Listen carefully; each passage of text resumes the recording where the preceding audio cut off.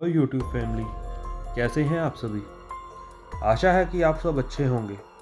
स्वागत है आपका मेरे चैनल में Hindi horror stories with Munish. आज मैं आपके लिए लेके आया हूँ दो सच्ची डरावनी कहानियाँ। अगर आपको कहानियाँ अच्छी लगे तो प्लीज़ मेरे चैनल को सब्सक्राइब एंड वीडियो को लाइक करिएगा। तो ज़्यादा टाइम वेस्ट ना करते हुए चलिए शुरू करते हैं। 6 दोस्त रोहन, नवीन, अंकुर, जतिन, बंसी और अंजलि न्यू ईयर मनाने के लिए बॉम्बे से अलीबाग आए थे। कल 31 हो चुकी थी। खूब मस्ती और पार्टी करने के बाद ये लोग 1 जनवरी को बॉम्बे वापस जाने वाले थे। लेकिन शाम को इतनी तेज बारिश और तूफान शुरू हो गया कि जो गाड़ी वाला उनको छोड़कर गया था वो ही उनको लेने भी आने वाला था। इतने तेज बारिश तूफान में उसने आने से मना कर दिया, क्योंकि उस दिन 1 जनवरी था। तो जिस होटल में वो लोग नया साल मनाने के लिए रुके थे वो भी पूरा फुल था और इन सब की बुकिंग बस 1 जनवरी की शाम तक ही थी। अब होटल में तो रुक नहीं सकते थे और जाने के लिए कोई तैयार नहीं था। मुंबई से भी कोई ड्राइवर यहाँ आने को तैयार नहीं था और यहाँ के सारे गाड़ी वाले मुंबई तक जाने को मना कर चुके थे।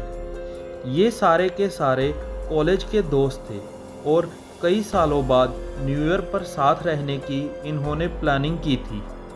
तभी जतिन बोला, ऐसा करते हैं, अपने रेनकोट पहनकर हम बीच वाले रास्ते से पैदल आगे की तरफ चलते हैं और कोई लॉन्ज या होटल देखने को ट्राई करते हैं। वो सब बीच के कोने से चलते चलते काफ़ी दूर निकल आए, पर अभी तक उन्हें कुछ नहीं मिला, बल्कि वो जगह और भी सुनसान होती चली गई। वो बातें करते करते इतनी दूर आ गए कि उन्हें लगा वो किसी और ही गांव में आ गए हैं।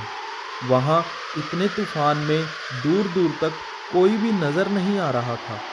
ऊपर से बारिश और हवाएं उन्हें आगे बढ़ने से जैसे रोक सी रही थी। वो जैसे किसी अलग ही बस्ती में आ चुके थे।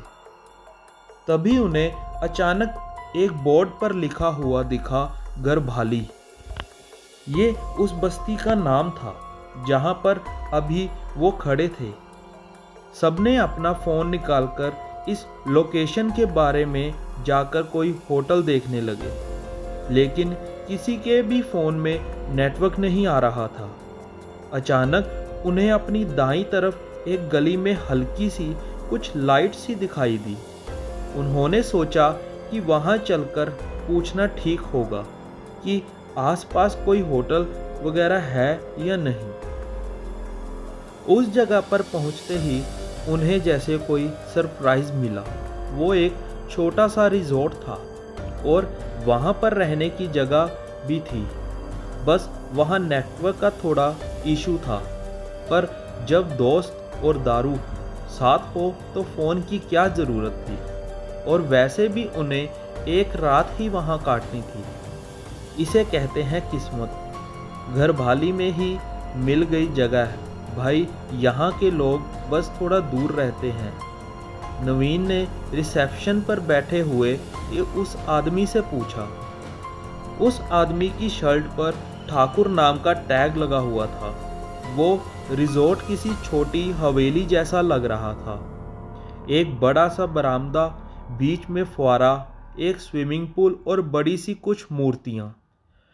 ठाकुर जी, कुछ खाने को भिजवा देंगे? जतिन ने ठाकुर से पूछा। ठाकुर ने बस वो रजिस्टर साइन करते हुए बोला, खाना 11 बजे। क्या 11 बजे? उससे पहले कुछ? जतिन ने पूछा। दावत 11 बजे ही होती है, ठाकुर ने कहा। जतिन बोला, मेरा मतलब कहने का उससे पहले कुछ मिल जाता। ठाकुर बिना कुछ कहे बस उनको देखता रहा। इस पर नवीन बोला, छोड़ ना यार, 11 बजे कर लेंगे डिनर। दावत जो भी है, अब तो पार्टी करते हैं ना हम।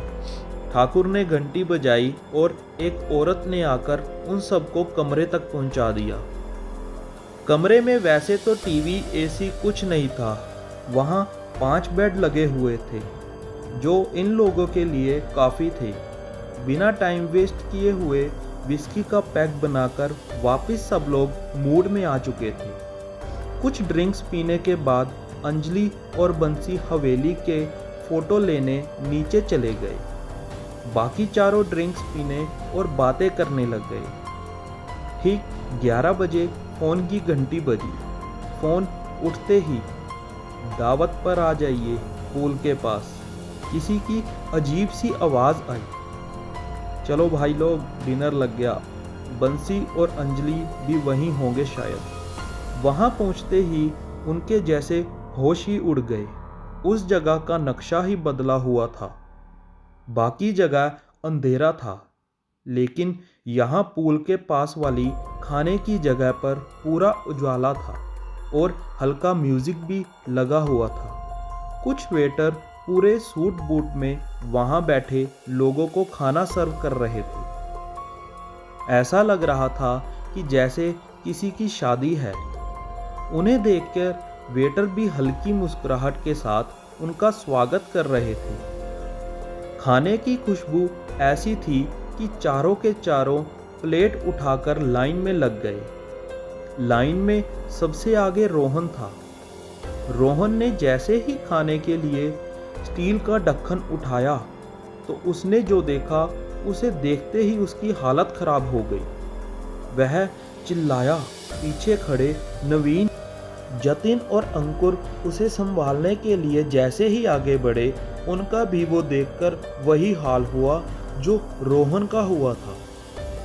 सबके सब जैसे एक झटके में ही पत्थर की तरह जम गए थे। उस खाने के बर्तन में अंजलि का कटा हुआ सर था। वहां खड़े वेटर और बाकी लोग भी अब जोर जोर से हंसने लगे और एक एक करके ढक्कन खोलने लगे। हर एक बर्तन में किसी की खोपड़ी, किसी के हाथ, किसी की उंगलियां और एक बर्तन में बंसी का सर पड़ा हुआ था। तभी सारे वेटर और वहां बैठे लोग उन चारों की तरफ मुड़े और बोले, दावत में सारे हैं। ये कहते ही उन सबके चेहरे और शरीर बदलने लगे। उन सबके शरीर काले पड़ गए थे और उन सभी के मुंह से खून निकलने लगा। उनमें से काफी लोगों के शरीर गीले थे और चेहरे बिल्कुल सफेद। वो सारे के सारे किसी न किसी इंसान का हिस्सा खा रहे थे। कोई हाथ खा रहा था तो कोई आंखें, किसी के मुंह में किसी का कलेजा था तो कोई अपने दांतों से आंतड़ियां चबा रहा था। ये सब उन चारों के सामने हो रहा था और वो चारों एकजुट होकर बस जमीन पर पड़े हुए थे और डर के मारे धीरे धीरे पीछे खिसकने की कोशिश कर रहे थे। सारे लोग डिनर करने के बाद धीरे धीरे इन चारों की तरफ बढ़ रहे थे। आगे से वेटर और बाकी बैठे हुए लोग और उनके पीछे खड़ा हुआ था ठाकुर। हमें छोड़ दो, जाने को हम यहाँ से चले जाएंगे, घबराते हुए वे दोस्त बोले। अरे ऐसे कैसे, बिना दावत के? और वह हंसने लग पड़ा। हमें भी तो दावत करनी है। इसके साथ ही चारों के शरीर फर्श पर गिरकर तड़पने लगे। सभी बैठे लोग अब उनके शरीर पर टूट पड़े। सभी 6 के 6 दोस्त अब उस दावत का हिस्सा बन चुके थे और रात भर वहां से बस उनकी हड्डियों के टूटने की और मांस के चबाने की आवाजें आ रही थी। कुछ दिनों बाद छानबीन करने के बाद पता चला कि वो रिजॉर्ट वैसे तो बंद है, लेकिन 40 साल पहले गरभाली गांव के सारे मछुआरों को इस हवेली में रहने वाले जमींदार ने दावत पर बुलाकर जहर देकर मार डाला था। आज गरभाली गांव में कोई नहीं रहता। लेकिन हर साल के पहले दिन रात 11 बजे वहाँ उन मरे हुए गांवों के लोगों की दावत ज़रूर होती है। अगर आप वहाँ गलती से भी पहुँच गए तो आप भी इस दावत का हिस्सा बन जाएंगे। जैसे बॉम्बे से आए ये 6 दोस्त बन गए। चलिए शुरू करते हैं दूसरी कहानी। कुछ घंटों तक ड्राइव करने के बाद प्रणव और उसका दोस्त रोहित एक पेट्रोल पंप पर पेट्रोल भरवाने के लिए रुके। वो बहुत ही सुनसान सी जगह थी और रात के कोई 7 बज रहे थे। वहाँ पर कोई गाड़ी या लोग नहीं थे। पेट्रोल पंप पर बस एक ही आदमी था जो पेट्रोल भरने और गाड़ी की हवा चेक करने का काम करता था। पेट्रोल पंप के ठीक पीछे ही एक छोटी सी दुकान थी। यहाँ पर छोटी मोटी चीज़ें जैसे कोल्ड ड्रिंक, बिस्कुट और सिगरेट वगैरह मिलते थे। गाड़ी रुकते ही रोहित गाड़ी से बाहर निकला और बोला, मैं कुछ लेकर आता हूँ, तुझे क्या चाहिए? सिगरेट ले आना 2 पैकेट। रोहित और प्रणव की दोस्ती 12 साल पुरानी थी। कॉलेज के टाइम से ही दोनों पक्के दोस्त थे। वो अक्सर 2-3 दिन की छुट्टियों में शहर के बाहर घूमने चले जाया करते थे। इस बार उन दोनों ने जो जगह चुनी थी वो शहर से 12 घंटे दूर थी और वो भी इतने सुनसान में। जैसे ही रोहित उस दुकान के अंदर घुसा तो उसे एक अजीब सी बदबू आई। उसने दुकान के अंदर चारों ओर देखा लेकिन उसे कुछ दिखाई नहीं दिया। पूरी दुकान का चक्कर लगाने के बाद उसने कुछ चिप्स, ड्रिंक्स, पानी की बोतल और कुछ बिस्कुट उठा लिए। रोहित ने अपना सामान दुकान के काउंटर पर पटक दिया और कैशियर को ढूंढने लगा। ये उनका दूसरा स्टॉप था और शहर से दूर आते आते सारी जगह और ज़्यादा सुनसान होती जा रही थी। ऐसा लग रहा था कि जैसे वो दुनिया के आखिरी गांव या जगह की तरफ बढ़ रहे हों। इस जगह आकर भी ऐसा ही लग रहा था। उसकी बाहर नज़र गई तो गाड़ी में पेट्रोल भर चुका था। प्रणव गाड़ी में बैठ चुका था। वो बैठे बैठे भूख से भी परेशान हो रहा था। सर, कैशियर ने रोहित को अचानक से डरा दिया। ये वही पेट्रोल भरने वाला आदमी था। रोहित सोचने लगा कि वो अंदर आया कैसे। वो तो दरवाजे के पास ही खड़ा था। पीछे का कोई दरवाज़ा होगा। वो ये सोचकर काउंटर के पास गया। भैया, इनका बिल बना दो और 2 पैकेट सिगरेट के दे दो। सिगरेट निकालकर वो कैशियर एक एक करके बिल करने लगा। बिल करते समय वो आदमी रोहित को ऐसे घूर रहा था जैसे उसने पहली बार किसी आदमी को देखा हो। 1255 रुपये देकर जैसे ही रोहित निकलने लगा, उस आदमी ने कहा, ध्यान से जाना। हाँ बिल्कुल, मैं मजाक नहीं कर रहा। तुम लोग उस तरफ जा रहे हो ना? हाँ सही कहा आपने, रोहित ने कहा। साल के इस टाइम पर काफ़ी लोग आते हैं। हर कोई अपनी मंजिल तक नहीं पहुंचता। ध्यान रखना और किसी को लिफ्ट मत देना। कुछ भी हो जाए, किसी भी अजनबी को अपनी गाड़ी में मत बिठाना। तुम्हें लगेगा चलो लिफ्ट दे देता हूँ, पर ये वो लोग नहीं हैं जो तुम सोच रहे होगे।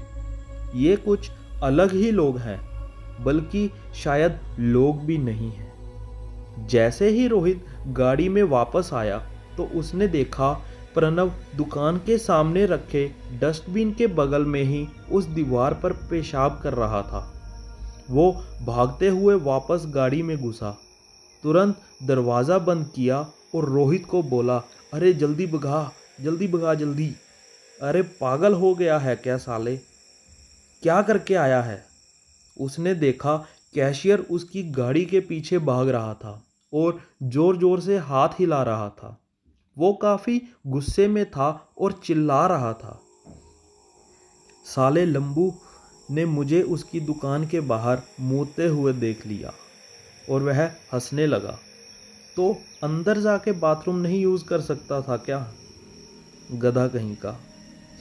वो 1-2 घंटे और ड्राइव करते रहे, मगर रोहित उस क्लर्क को नहीं भूल पा रहा था। उसका चेहरा, उसकी आवाज़ और उसकी बातें अभी भी उसके दिमाग में घूम रही थी। प्रणव ने पूछा, भाई तू ठीक है? हाँ, पता है जब वो मेरे पीछे भाग रहा था तो मैं बड़ी मुश्किल से उससे बचकर निकल पाया। वो तो जैसे मुझे पकड़ ही लेता। वो आदमी थोड़ा अजीब था। उसे हम लोगों की काफ़ी चिंता हो रही थी। बोल रहा था किसी को भी लिफ्ट मत देना। अरे यार क्या बात है, इतनी चिंता। अगले घंटे तक वो सीधा रोड पर बढ़ते गए। प्रणव बोला, यार भूख लग रही है। रात का 1 बज रहा है और तूने बस 1 घंटा पहले ही तो खाया है। क्या यार, ये चिप्स, बिस्कुट और कोल्ड ड्रिंक, ये कैसा खाना है? ठीक है, अगर कोई खाने की जगह दिखेगी तो वहाँ गाड़ी रोक लूँगा। गाड़ी रोक लेगा मतलब? अभी तो तूने कहा भूख लग रही है। हाँ भूख लगी है, पर पैकेट ढूंढने की ज़रूरत नहीं है, बस गाड़ी साइड में रोक लो। तो तुम चाहते हो मैं गाड़ी साइड में रोक दूं, और फिर क्या? खाने के लिए डिनर कहाँ है? वो तो ढूंढना ही पड़ेगा ना। क्या बात कर रहे हो रोहित, इतना कुछ तो है गाड़ी में खाने को। रोहित को प्रणव की बातें बहुत अजीब लगी और उसे कुछ समझ नहीं आया। पर जैसे ही उसने गुस्से से प्रणव की ओर देखा तो उसकी हालत खराब हो गई और ऊपर से नीचे तक वो पूरा पसीने में तर हो गया। प्रणव का चेहरा बदल रहा था। उसकी आंखें पूरी सफ़ेद हो गई। उनमें से अब एक अजीब सी रोशनी आ रही थी। उसकी नाक गायब हो चुकी थी। नाक की जगह बस एक लंबी लकीर थी। उसके कान गायब हो चुके थे। उसका चेहरा पूरा खून से सना हुआ था। हंसता हुआ प्रणव जोर जोर से हंस रहा था। रोहित गाड़ी रोककर दरवाज़ा खोलने की कोशिश करता रहा, पर वो दरवाज़ा खोल नहीं पा रहा था। उसे अब वो याद आ रहा था, दुकान का वो कैशियर जो उसकी गाड़ी के पीछे भाग रहा था, जैसे कि वो कुछ कहना चाह रहा हो। अगली सुबह पुलिस को कार में बस रोहित के बाल और कुछ कपड़े के टुकड़े मिले। छानबीन करने जब पुलिस उस पेट्रोल पंप पर पहुंची तो प्रणव की और उस कैशियर की लाश उन्हें उस दुकान के बगल से मिली जहां प्रणव पेशाब कर रहा था। रोहित के साथ जो गाड़ी में घुसा था वो प्रणव नहीं था। अगर आपको कहानियाँ अच्छी लगी हो तो प्लीज़ मेरे चैनल को सब्सक्राइब एंड वीडियो को लाइक करिएगा और शेयर करना ना भूलिएगा।